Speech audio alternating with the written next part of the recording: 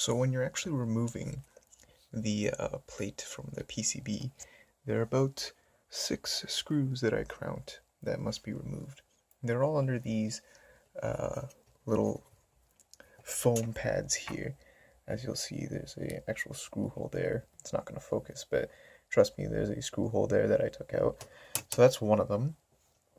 There's the second one. The third one is in the middle over here. Another one's over here. That's the fourth. The fifth one is over here, and the sixth one. And I'm not sure if there's any others. I've only counted 6. Besides that, there are these 2 tabs you actually have to pull out as well. If you can see that. See, the tab itself is keeping the PCB in place with the plate. There's another one on this side over here. If I can find it, yeah, there it is at the very end. And that tab's keeping it in place. So we just take those out, and the plate should separate from the PCB.